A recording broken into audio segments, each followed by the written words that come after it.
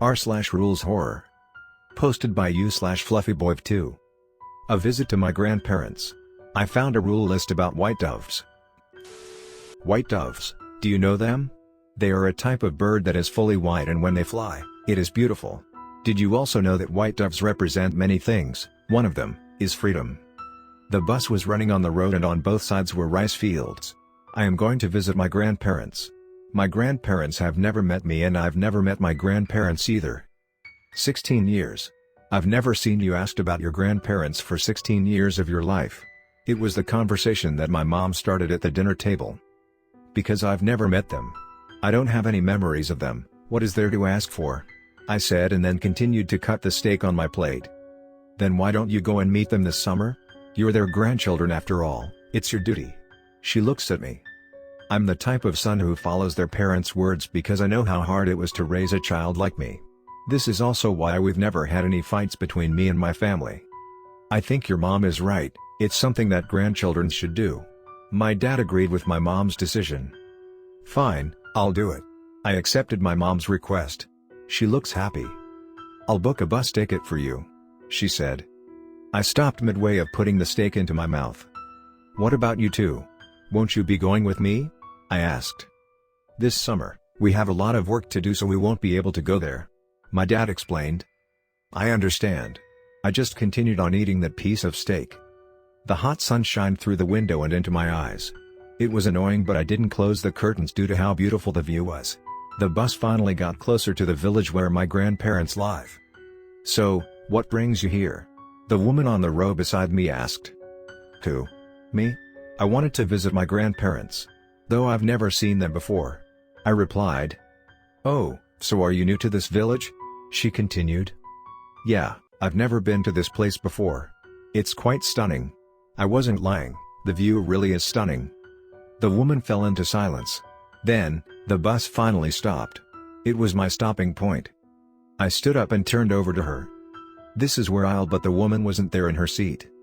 Hurry up, get down. I need to get back to the city. The bus driver rushed me. I was the only one who came out of the bus. As soon as I stepped out, the fresh air hit my nostrils. It was refreshing. The village was quite empty. Some people were working on the rice fields on the sides of the path I was walking on. I forgot to mention, my grandparents are Asian, and villages in Asia usually have this type of structure where there is a path in the middle and there will be rice paddies on both sides. I don't know if they exist in foreign countries.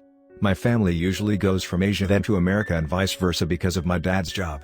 We are currently in Asia and won't come back to America until summer ended. I asked one of the people who was working under the sun. Excuse me, can I please ask for the direction of Mr. and Mrs. Moore's house? I then stood still, waiting for the man's answer. He started to give me a weird look. Finally, he pointed in a direction and said, "They used to live there." He said something that got me confused. Used to? Does that mean they're dead? Or was he too old? Thanks, I responded. I walked over to the direction he pointed and finally got to a house with a sign Moore's on the front doors. I knocked on it and after a while, clack. The door swung open slightly. You are? The old woman asked. I'm Noah. Noah Moore. I looked at the woman. Noah Moore. Her eyes started to get brighter and brighter the more she repeated my name. Then, the door finally opened. She got closer to me and then hugged me. She started crying. Oh, how much I wanted to see you. Honey. The woman was undoubtedly my grandma. What? What is it? Then, a man appeared from one of the rooms and walked outside. He had to squirt his eyes to see me clearly. It can't be. It is. It is him. It was a touching meeting. They invited me into their house and then we sat in the dining room. Here, drink some water. My grandma brought me a cup of water. We started to talk, a very long one actually. I shared about my life and they shared about their. It was a great time. Right, follow me. I'll show you your room. My grandma held my suitcase for me while I wore my backpack behind me. No, put it down. Let me do it. I stopped her. She insisted on helping but I finally got her to put it down. My room was on the second floor. It isn't big but it was a nice warm and cozy space. Anyway, unpack your stuff and then go downstairs so we could have dinner together, she said. I looked around the room, imagining where I should put my things. 30 minutes went by, and as I was hanging my clothes inside my closet, a note fell out of the top ledge. I picked it up and read it. The White Dove Tradition. The white doves are a type of bird that represents freedom and much more. Our village is proud to set them free every month because not only do they represent freedom, because they also represent a dead person, and by setting the birds free, you set their souls free. One every month. It's compulsory for everyone in the village to set a white dove free. 2. If the dove you release doesn't fly, keep it for another month. Then choose another dove. 3. If you run out of doves, go to Mr. Kim's bird shop and buy some. 4. If you don't set one free, you will be trapped on the other side, like a bird that is waiting to be set free. 5. When you are on that side, there will be rules you have to follow. The rules are on the board that is placed in each house. Where do you think the dead go after they died? That's something that kept me awake at night sometimes. But in this village, I think I have the answer. I hold on to the note, and decided that I'd ask about it when it is dinner time. I don't know what to feel after reading the note, whether if I should be confused, scared, or laugh because it sounds so stupid. So instead of spending my time thinking more about it, I continued to unpack my stuff. After 15 more minutes, I finally finished. Time flies, it was already 5 p.m. I honestly don't know when they eat dinner. Because 5 p.m. here feels like 7 p.m. in the city. The outside was already pitch black. I went down to the kitchen and saw my grandmother cooking. I was captivated by the smell. "Noah." My grandfather's voice came from behind me. "I think that you should leave your grandmother alone so that she could focus on cooking."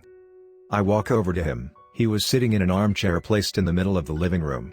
I sat down on the sofa, which was right next to the armchair. "I understand." I reached inside my pocket and pulled out the rule list. "Can I ask something?" He put down the newspaper that he was reading. "What is it?" "About this note." I handed it over to him. He grabbed his reading glasses and then put them on. His eyes started to skim through the text.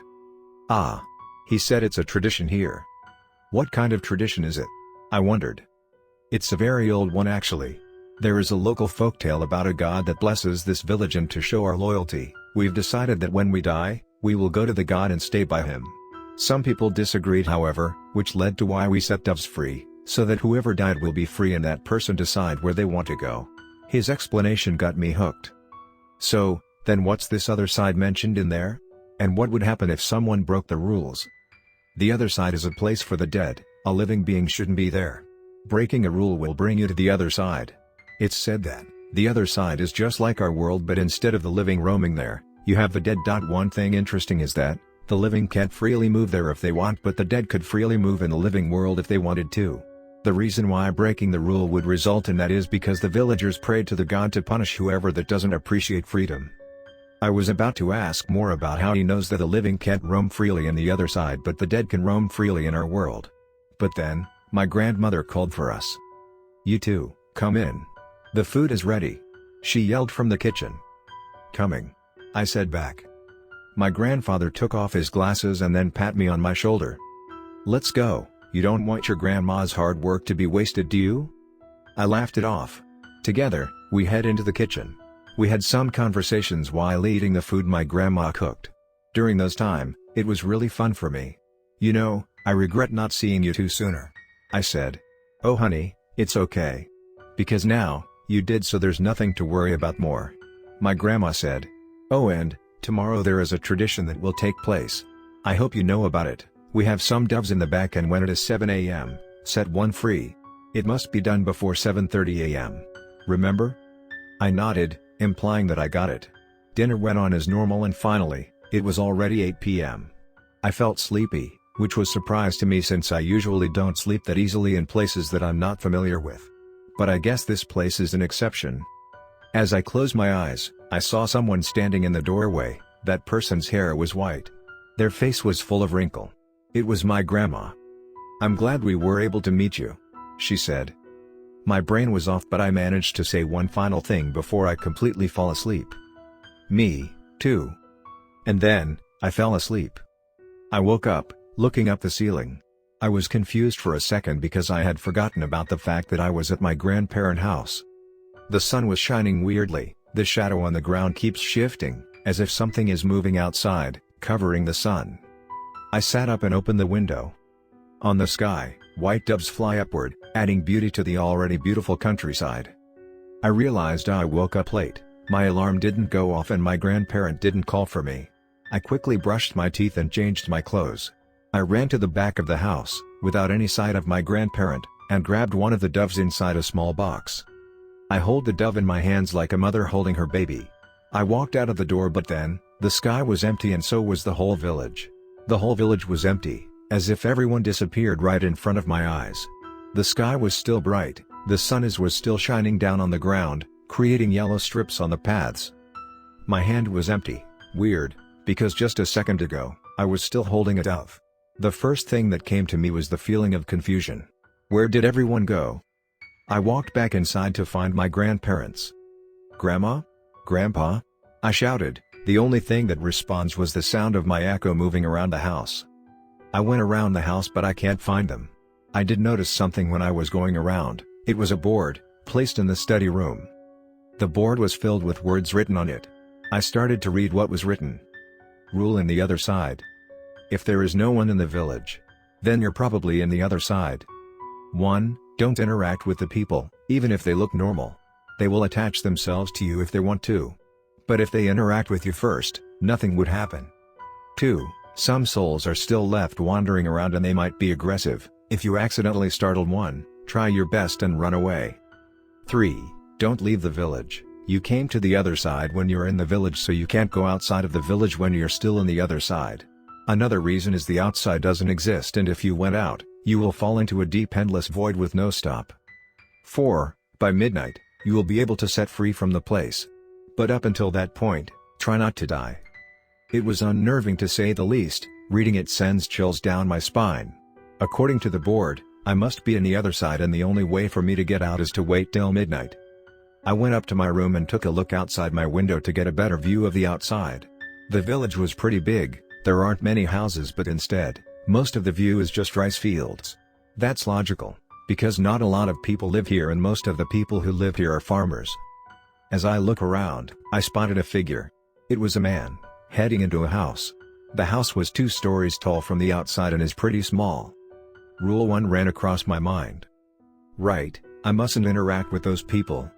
I'm not really a believer in ghosts or the supernatural, but the legend my grandfather told me is something that is still going around inside my mind. A while later, I was already bored. I lied on the floor. The sun shining through the window makes the room hotter than usual. I couldn't turn on the AC for some reason. That's when I decided to do something foolish. I got up and went outside of the house. It was noon, so I could feel my whole body heating up just from stepping outside. I went over to the 2 stories house and stood in front of it. I knocked on it. "Hello?" No response. I welcomed myself and by sliding the door opened. The house was pitch black, but luckily, my phone was working, so I used the flashlight. I shined my flashlight inside and took a few steps in. I checked through all the rooms, from the living room to the kitchen, which were all on the first floor. Nothing of interest. I moved onward to the second floor. As soon as I got to the top, a door was right at my face. Like any other door in the house, it was made out of wood. I turned the knob and went inside. It was a bedroom. The bed was a double bed, something that a husband and a wife would sleep on together. And I was proven to be correct as I found a picture frame on the table in the corner of the room. It was a picture frame that contained a picture of a lovely family. The wife was beautiful and young, the husband was a middle-aged man. But, I don't think that he is more than 30 years old. Judging from the wife, she must be around 24 or something.